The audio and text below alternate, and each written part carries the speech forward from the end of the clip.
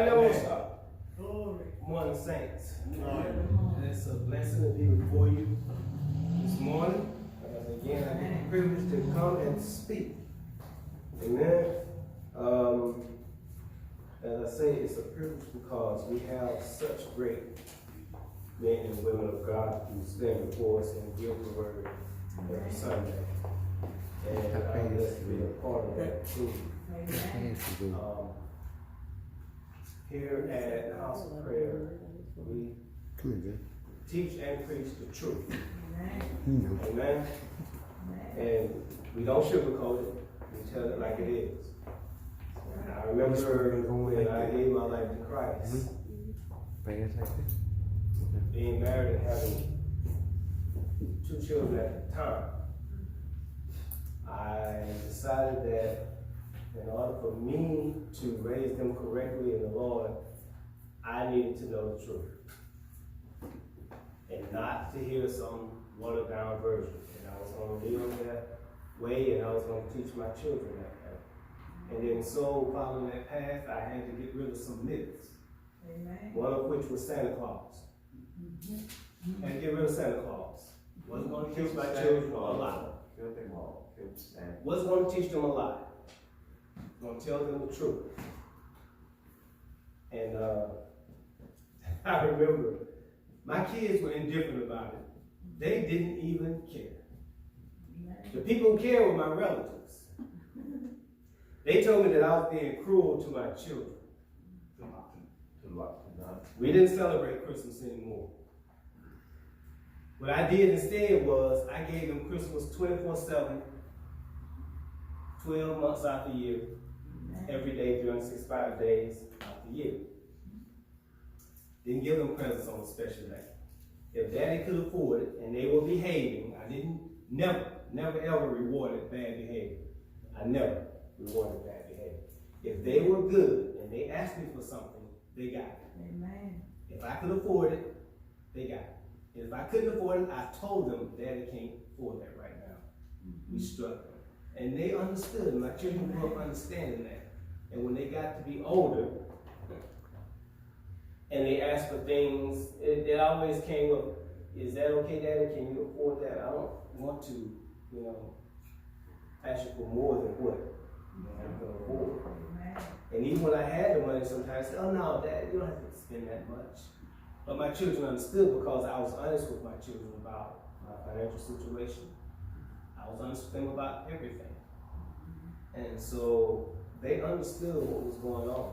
And they were appreciative and understanding about that. I didn't spoil my kids at all. Don't get me wrong. Didn't spoil them. And I told them no sometimes. I told them no on purpose because I had to raise them to survive in this world. And in this world, you're going to hear no sometimes. The world is not going to give you everything. I kept telling you that. But today, I'm going to piggyback off what Pastor said. We have a lot of people who are sick. This year started off pretty fast with the enemy doing his job. Yes. We have a lot of people passing. We have a lot of people who are sick. Amen. And so I wanted to deal with that subject of how do we cope with the death of a loved one. In America, death is a sensitive subject. Some people can handle death and some people can't. Some people can recover from it and some people can't. Amen. Some people live their whole life suffering from the death of a loved one, i.e. a mother, a father, or a brother, or a friend that they were very, very close to. And some people decide not to live their life based on that person's passing away. Because they're so steep in their depression that they can't live their life anymore. And really that's sad because the person who they are in depression over is no longer here. Depending on their lifestyle and whether or not they chose Christ, they're in one or two places. That's right.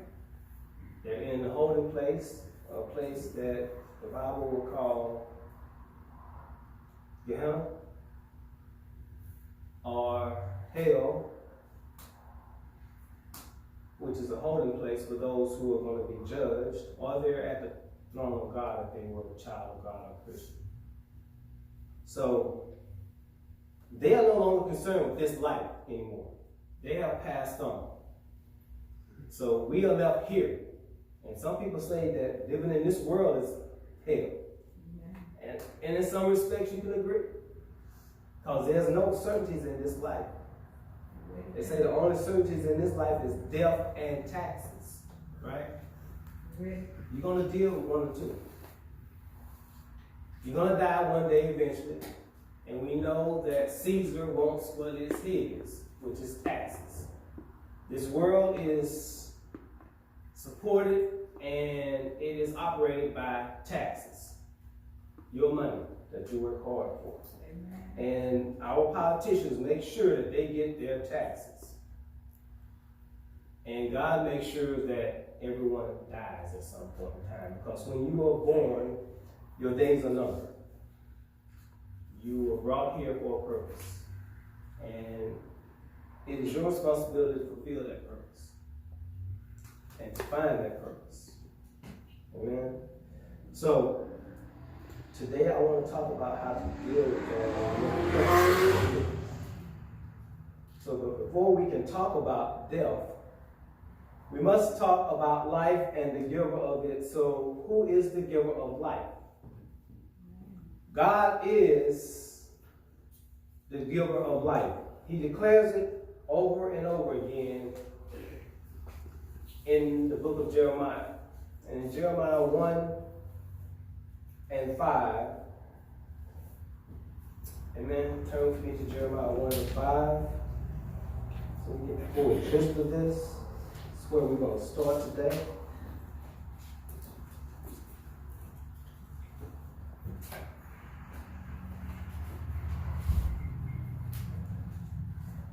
For God determines our days, and He determines when we come here. He determines when we come here, and He determines when we leave here. Jeremiah 1 and 5.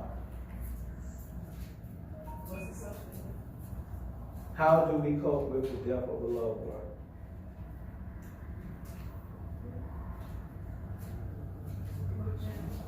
Jeremiah chapter 1, verse 5.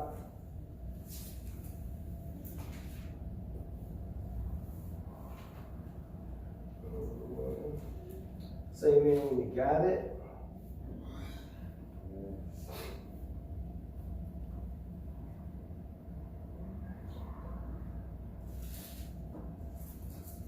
And in this, Jeremiah was a prophet, and God was speaking to him.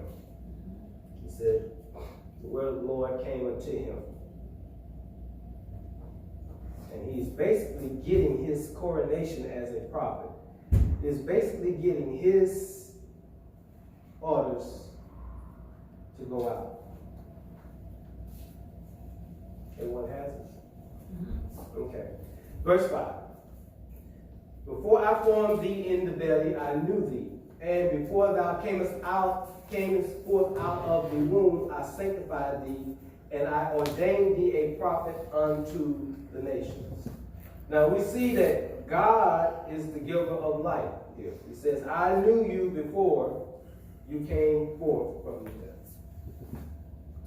So God is the giver of life.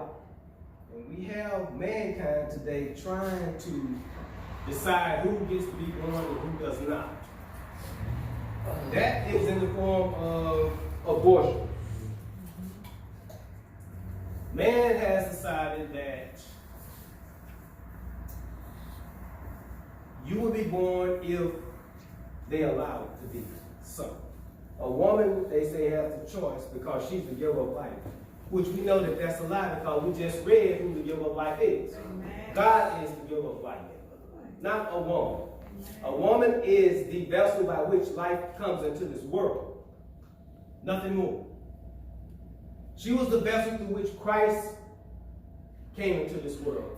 God chose a woman to bring the Son of God into this world. Not by man's means, because he wasn't born of man. He was born by the Spirit of God. A woman does not have the right to choose who gets to be born and who does not get to be born. That's God's choice. But man has taken over that and said that a woman has the right to choose. Now, she doesn't even give the father of the baby the choice. It takes two to make a baby. So we're dealing with a death here in the womb. I'm not going to talk too much about that, because that's another whole subject in itself. But over and over again, God declares that he is the giver of life. Okay? So God is the giver of the life. In another place, David, speaking by the Spirit of God, says this in Psalms 139, 13 through 16. So we'll turn to Psalms. And I'm going to give just a few. So there's more than this. 139. Psalm 139, 13 through 16.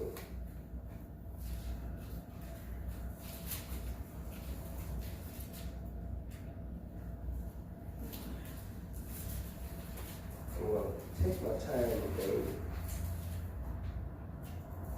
I don't plan to be before you too long. 139, 13 through 16. Say amen when you got it. Amen. Okay, verse 13, Psalm 139. For thou hast possessed my reins, thou hast covered me in my mother's womb. I will praise thee, for I am fearfully and wonderfully made. Marvelous are thy works, and that my soul knoweth right well. My substance was not hid from thee when I was made in secret, and curiously wrought in the lowest parts of the earth. Thine eyes did see my substance, yet being unperfect, and in thy book all my members were written, meaning all my days were written, which in continuance were fashioned, when as yet there were none of them. Said, before I came forth, you knew when I would be born and when I would die. So now, knowing this, we should have an attitude about death. When a loved one passes, we should be able to accept that it was their time to go.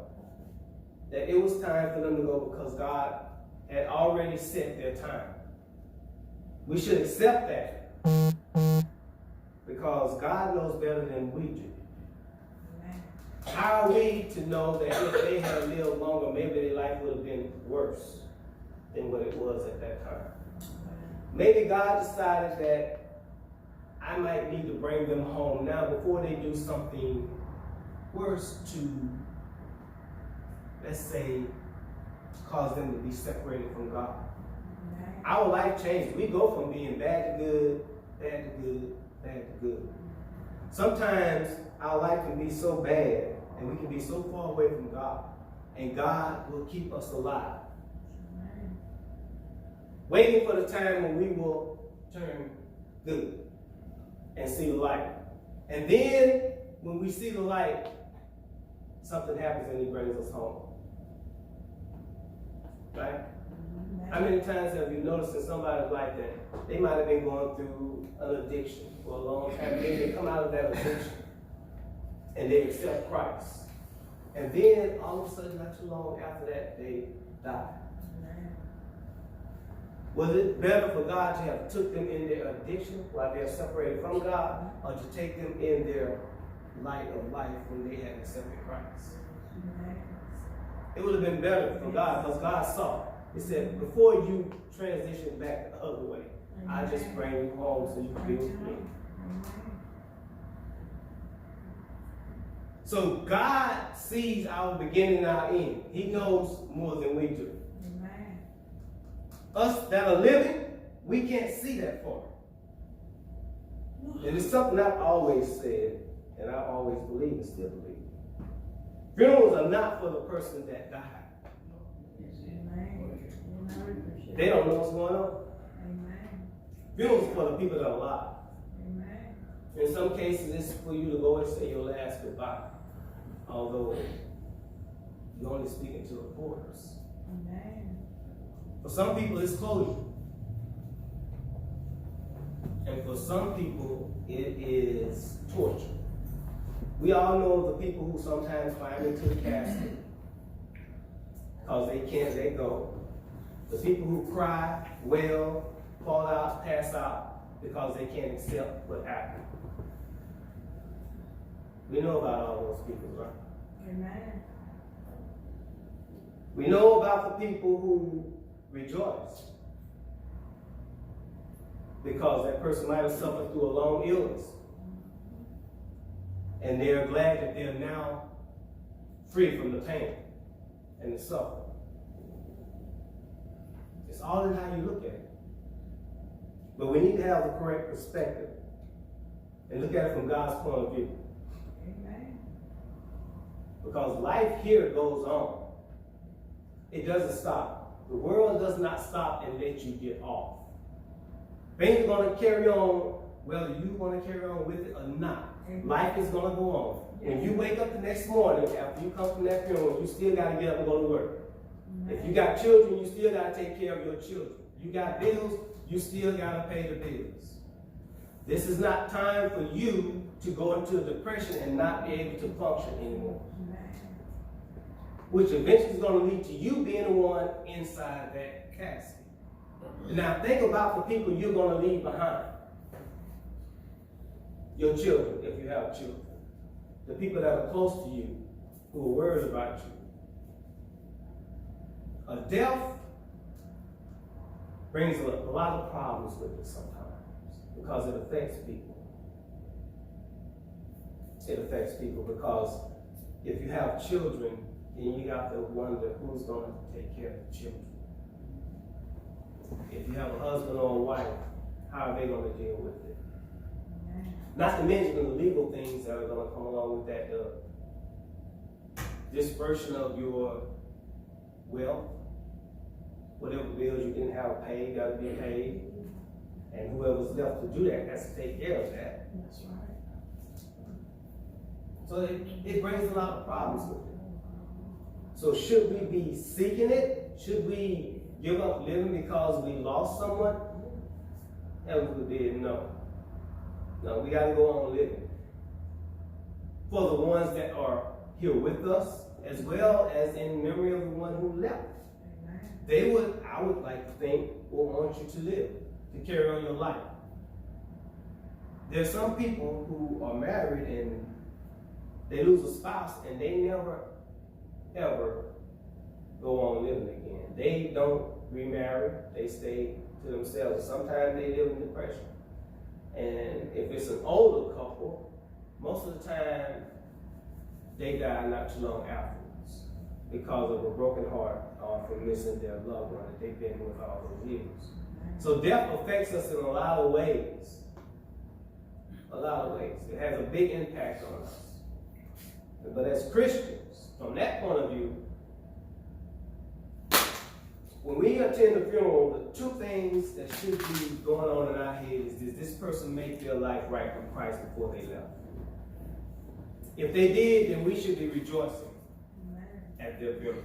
If they didn't, then we should feel some sorrow. Because Christ is real, heaven is real, hell is real. Amen? Amen. And if we did not get it right with God before we left, then yes, we can expect a fiery judgment.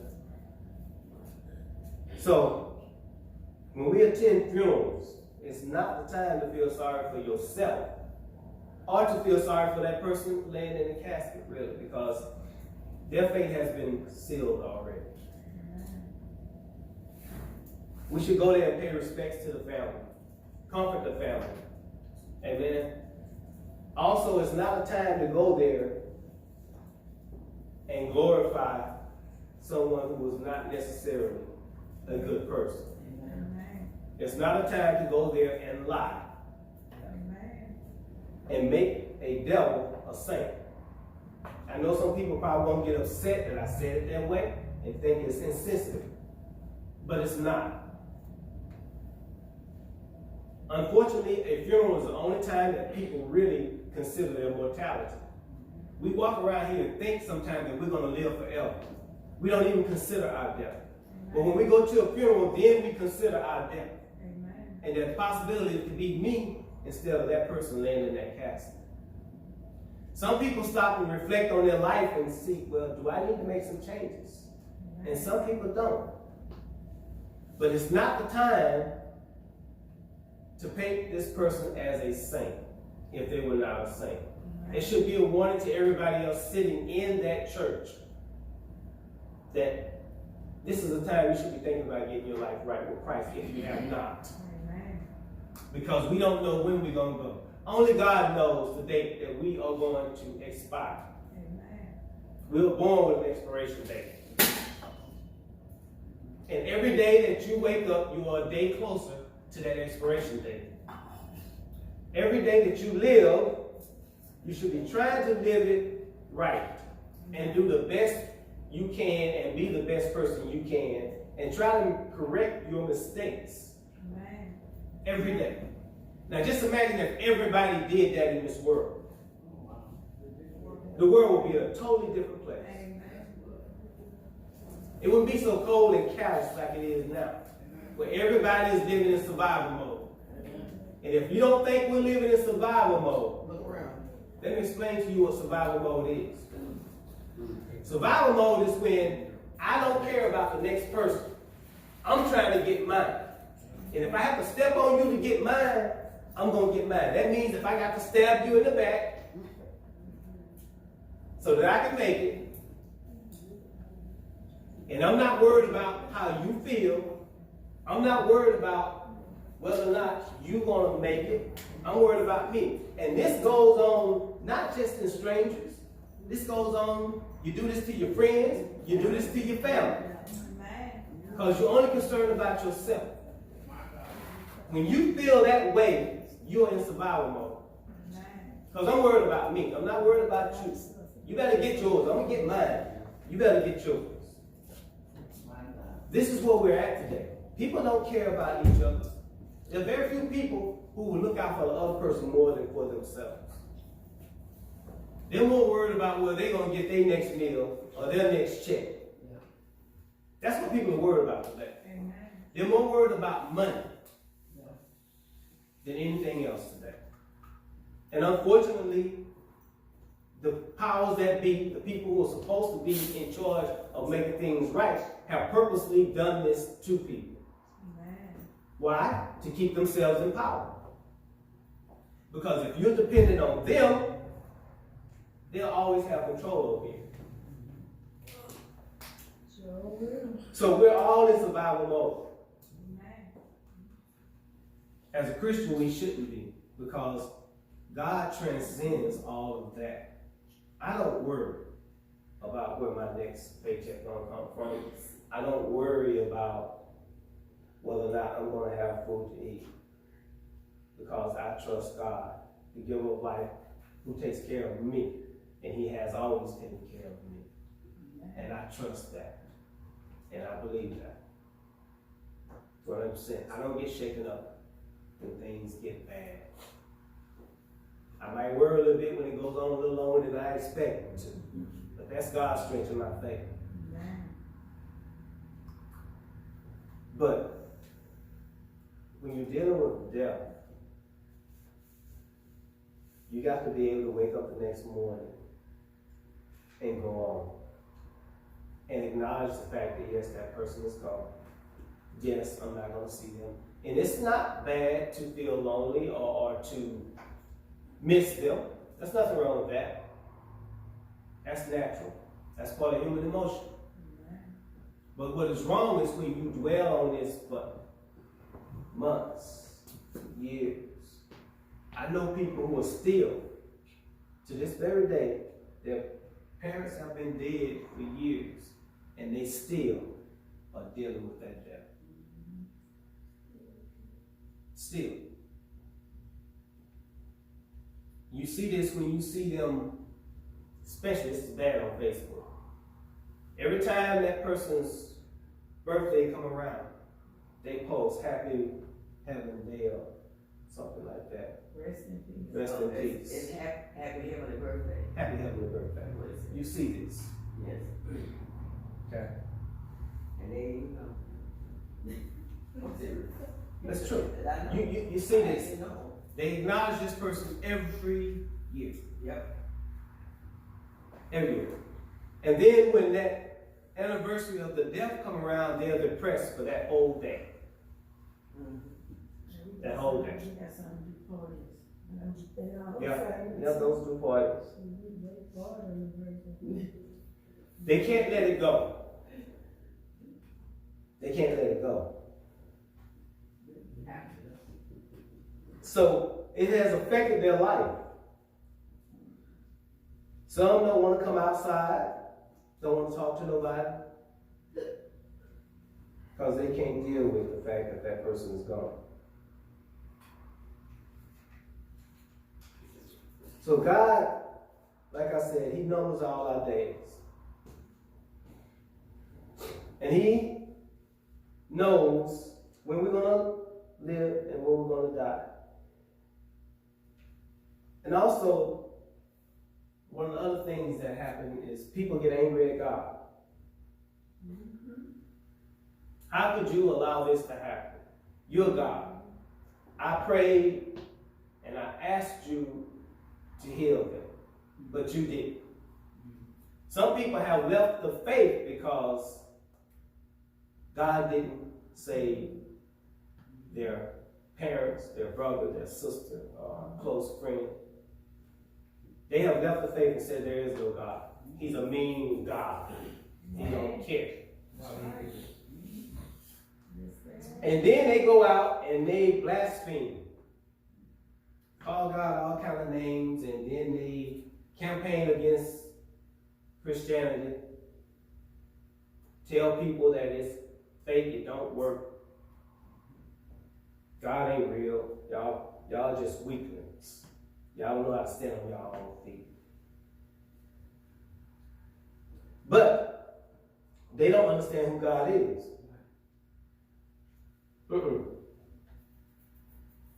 See, God said, I created all things. All things. I created good and I created evil. In Isaiah chapter 45, 6 and 7, God says, that they may know from the rising of the sun and from the west that there is none beside me. I am the Lord, and there is none else. Amen. There is none else. People pray to a lot of things today. Said, I am God, and there is none else. I form the light, verse 7, I form the light and create darkness. I make peace and create evil. I, the Lord, do all these things. So what should we take away from that? In whatever situation you find yourself in, give praise and thanks to God. Amen. It was His doing. For a reason. Someone died, well, that was God. Maybe it wasn't for him to live long, for whatever reason that be. Only God knows. We can't question God, right? Amen. We can't question God because we don't know nothing. We come here, like I said, with expiration date, and we can't see past the next 3 minutes. We don't know if we walk out this door, we're going to get hit. Or somebody might drive by and shoot. Amen. That's what happened. Just yesterday, 5 people were killed outside of a church at a funeral from a drive-by. Just yesterday. I said another shooting in London as we speak. So you don't know. You don't know.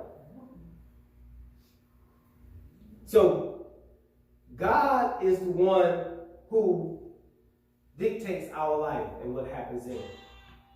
We have a timeline, and He sees everything that happens in that timeline way ahead of time. God speaks of yesterday as if it is today. Amen. We can't do that because we can't see that far. We can't see that far. So, should we get angry at God? No. No. Because our loved one died, should we be angry? No. Should we curse God? No. Remember what happened to Job? God took his children, he took everything that Job had, and then struck Job with boils. He allowed the devil to do these things. And Job's wife comes to Job and says, how long? How long are you going to deal with this, Job? How don't you just curse God and die? Blame God for everything that's happening to you, Job. Curse him. This is what some people do when a loved one dies. They curse God. They get angry at God and they walk away from the church. Amen.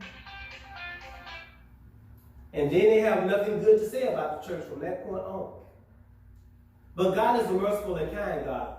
Thank him for that. Because he tarries with us. Yes, he does. And eventually, hopefully, someone will come to that person or something will happen in their life later on and they'll recant that statement. And God will forgive them. There's an unpardonable sin, which is blaspheming of the Holy Spirit, but God will forgive everything else. Our God is not a hard God. Not at all. He's not an angry God. He's not a selfish God. He's full of wisdom, compassion, and love. He knows our frame. He knows that we are weak. He knows that we can only stand so much. And he allows us to speak sometimes. But he also is the giver of life, and he takes it away. It's his anyway, right? Amen. So we're all living on borrowed time. All right? We're all living on borrowed time. Amen. It's not ours to take or ours to give, which again harkens back to the abortion issue. We don't decide who gets to live and who gets to die. Amen. That's why it's considered murder when you kill someone. That's why you are punished. In the old days, it was an eye for an eye, tooth for a tooth. If you kill someone, your life was taken. Because that's not your place to take. Okay? It's not your place to take. That's God's place. We as humans want to step in God's shoes all the time. Shoes which are too big for us to fill. Too big for us to fill. But I want to take you back. And I want to read to you a day out the life of David. And then hopefully we can learn something from it. And it's in 2 Samuel. Okay. 2 Samuel, David. Good job. See a second here.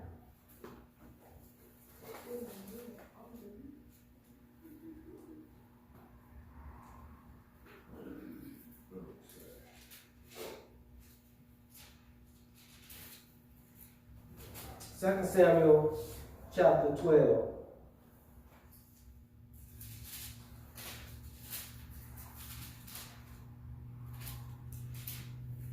Chapter 12. We're going to start at 14, verse 14. How should we approach this death thing?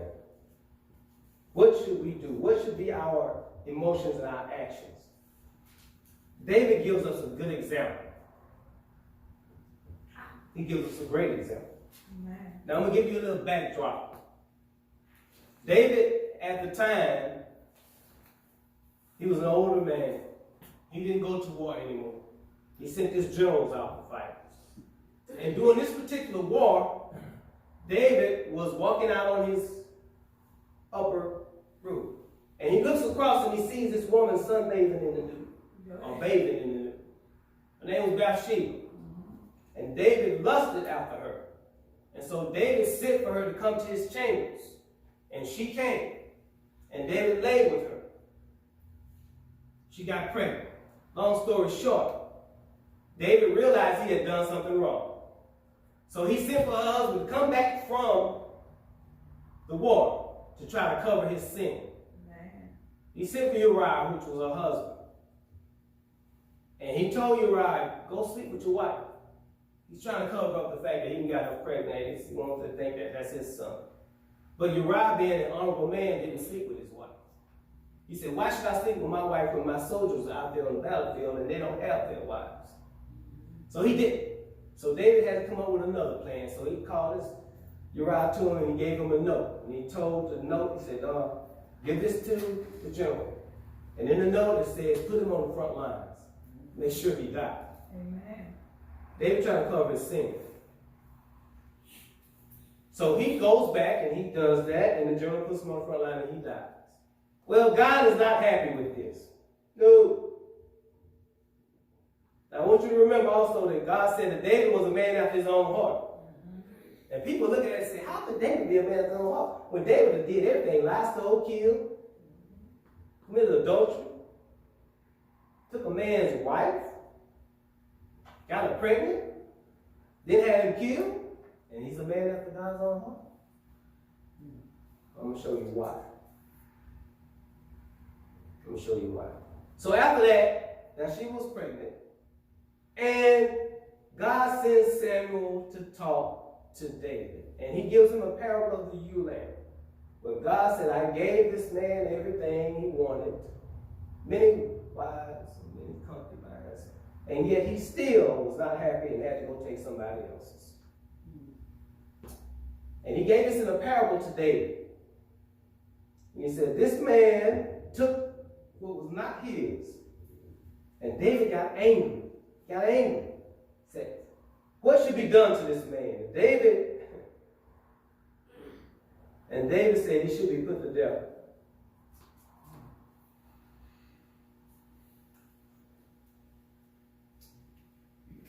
And so David, Samuel tells David, you are that man. You are that man that has done this. And then David said unto Nathan, I have sinned against the Lord. And Nathan said unto David, the Lord also hath put away thy sin, thou shalt not die. So the first thing we see is David was quick to repent and admit his sin. Now in the New Testament it says, if you will confess your sins, God is just and able to forgive you of your sin and to cleanse you from all unrighteousness. Okay? So this is what it means by David was a man after God's own heart, because David, in hiding his sin and being found out, confessed his sins. Remember I said there's only one unforgivable sin? David done something very egregious. He got a man's wife pregnant, then killed the man. But yet God forgave David because David confessed it. But he said this in 14, howbeit, because this deed thou hast given great occasion to the enemies of the Lord to blaspheme. You're making God look weak, David.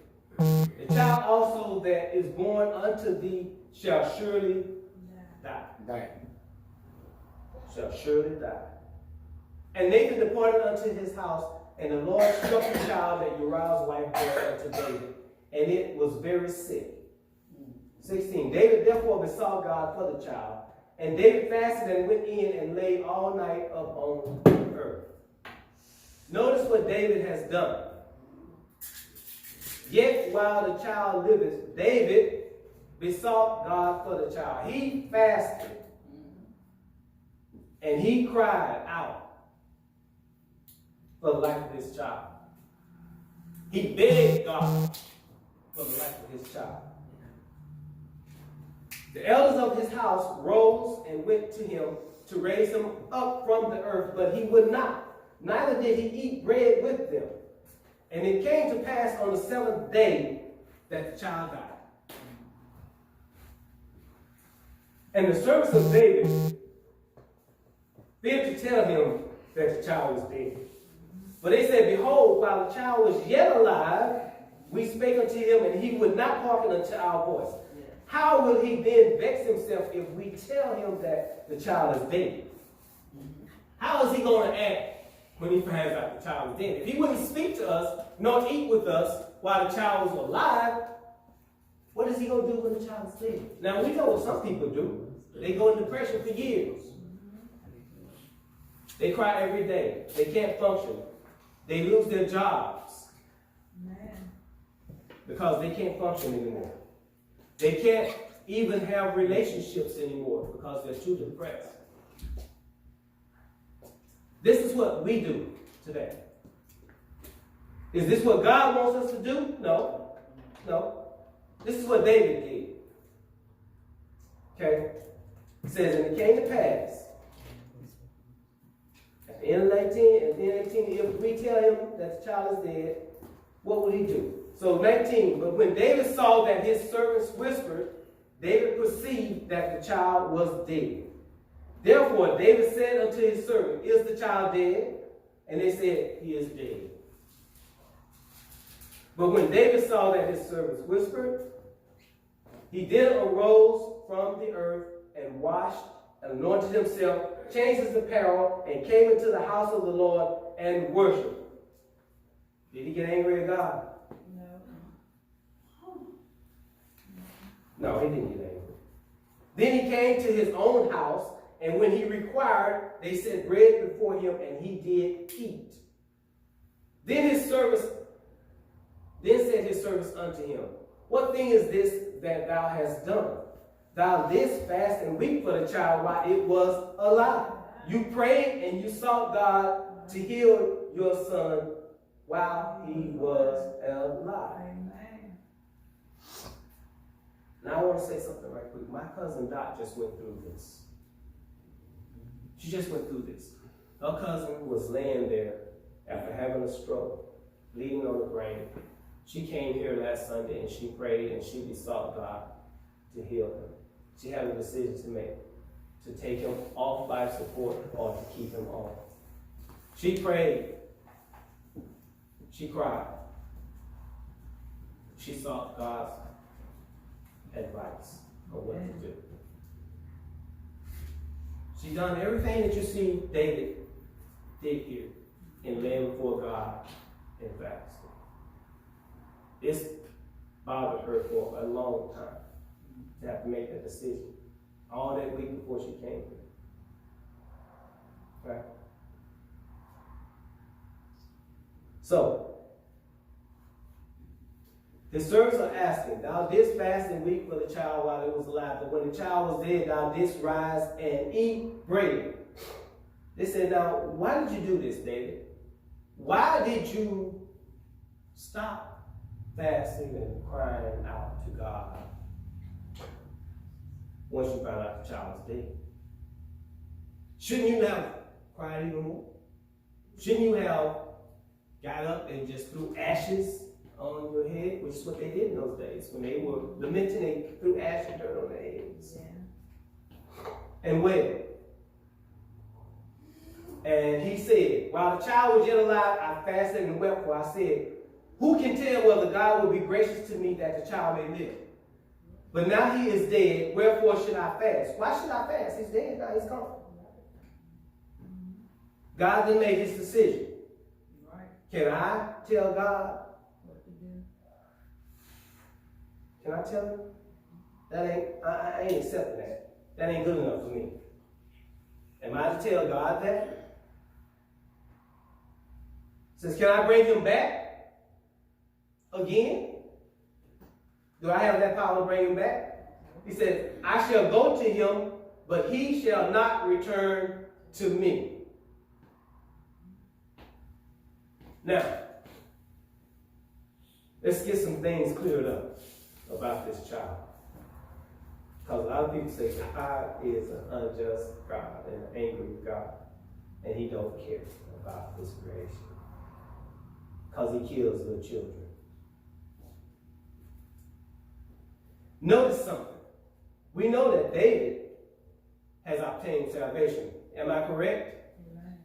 Will we see David in the last day? When we all stand before God in the kingdom. David will be there. So we see that David said, alas, I shall go to him, but he shall not return to me. Meaning, I'm going to where he's at when I die. Amen. what he's saying. When he died, when I die, I'm going to be where my child is. So David is assuming and saying that the child is with God. Amen. The child has obtained salvation. That's right. Even though it was David's fault, God did not impute David's sin to the child. Even though you would think because he killed the child, he imparted David's sin to the child, right? Because he killed him because of what David did. But no, like I was saying earlier, God brings some of us home early for a reason. Amen. Now, did God replace that child? Yes, because Solomon was born Amen.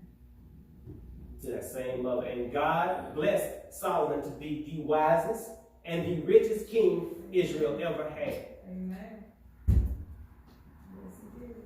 So now, looking at how David reacted, this should be our thoughts and our process when we go to a funeral. Amen. If we are praying for a loved one that is sick, we should afflict our souls and cry out to God and ask God to save that one. But on the same hand, we should also accept God's decision not to. Amen. That's why it's always proper to say, thy will be done, Lord. Amen. If that be your will. That's right. And then be prepared to accept his will. His will. Amen. Not continue to mourn after that person is gone. Not to get angry at God. David got up and started living his life. Yes, he did.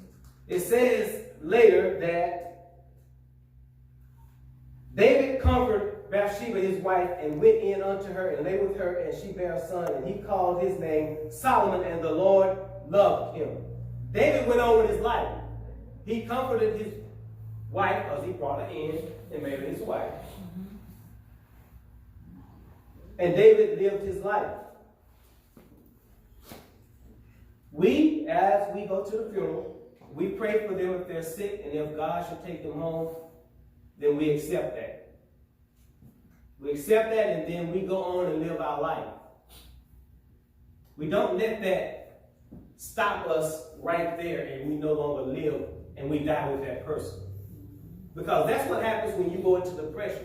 You actually die with that person, spiritually speaking, because you cannot carry on your life from that point anymore. That's right.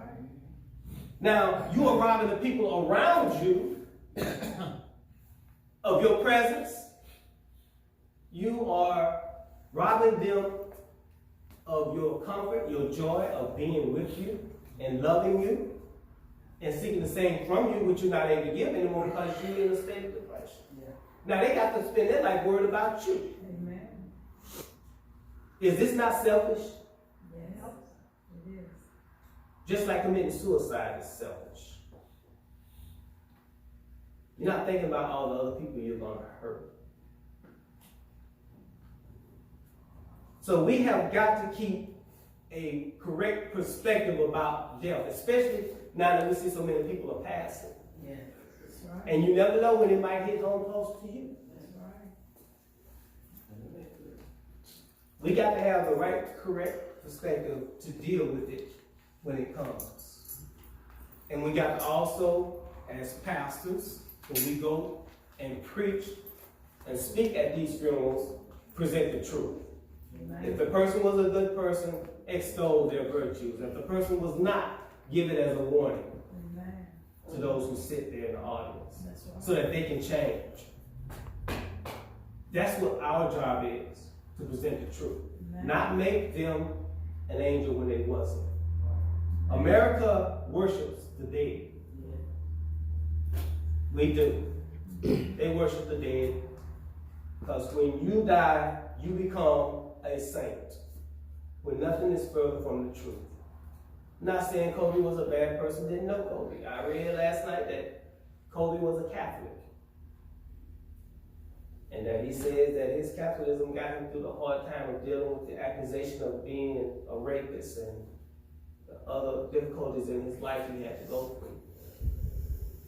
I'm not going to judge on that. He also predicted his own life. He said so that. He said he wanted to die.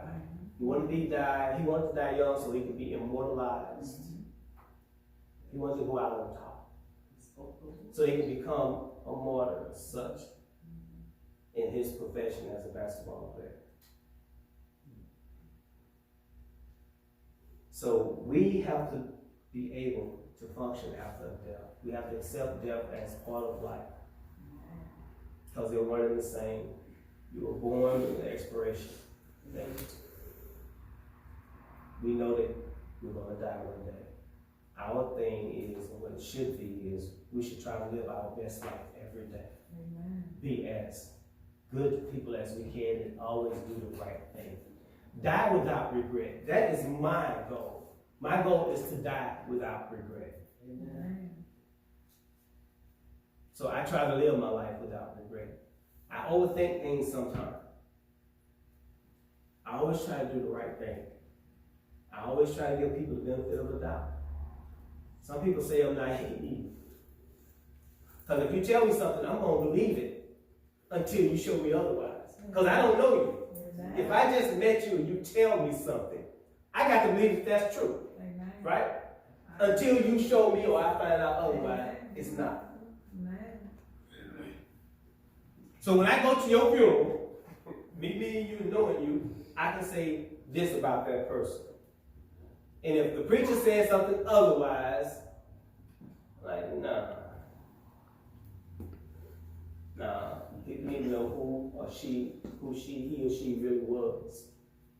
And then if it was a good person, model your life after that. If there was a bad person, don't go that way. Especially when there's children present there. That could be the time when you can change somebody's life for the better. That's right. But you done lied.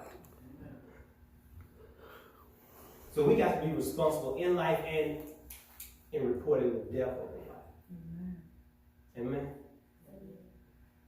So with that, I'm going to close. Amen. And give God the thanks for everything, good, bad, life, and death. Not be angry at God, because God knows what's best. We don't. Amen. We still learning this life as we go. We can only try to be the best person that we can be. Amen. Amen. Amen.